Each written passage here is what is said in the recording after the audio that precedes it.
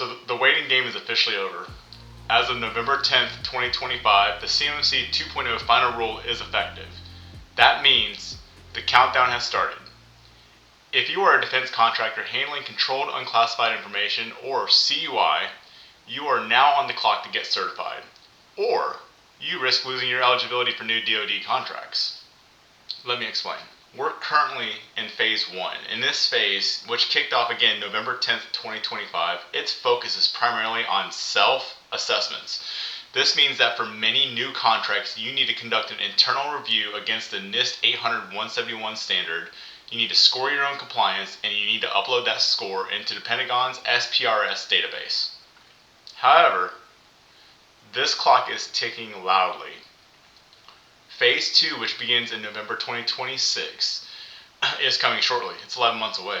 And at the time of this video, we're already 1 month into Phase 1.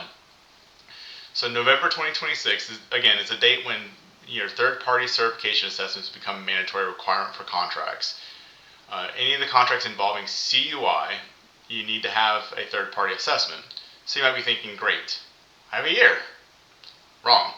A typical CMMC implementation from start to finish takes anywhere between 12 to 18 months, and if you haven't started preparing yet, you are already behind. This sounds overwhelming, but it's manageable if you break it down. To stop you from panicking, we've broken this massive beast into a 6-step roadmap. So first, you want to look at scoping. You have to figure out what part of your network and which assets actually need to be protected.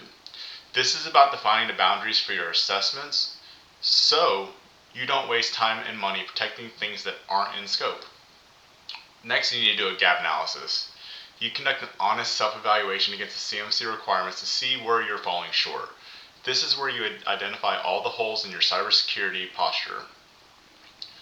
Third is going to be remediation. This is where the heavy lifting happens, so you have to fix all the gaps you find. This could involve buying new hardware, implementing new software solutions. It could be involving changing your internal processes, a lot of different things.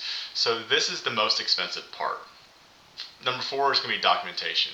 If you don't write it down, it didn't happen.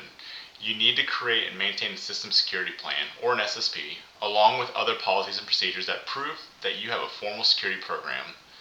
Number 5 is operationalize. CMMC isn't just a one and done audit. You need to live your security plan. This means you must have at least 90 days of evidence showing that your security controls are actively working as intended before an auditor or an assessor can even walk into the door. And number 6, it's showtime. It's the assessment. You're going to hire your CMMC third-party assessor organization, or C3PAO, to perform the official certification audit. We're going to walk through every single one of these steps in detail in this video series, but you need to start tracking your progress today. And to help you do that, I've created a 6-phase readiness checklist that breaks down all these steps down to actionable tasks. It is completely free, and the download link is right below in the description. So you can download it, you can print it out, and you can get started.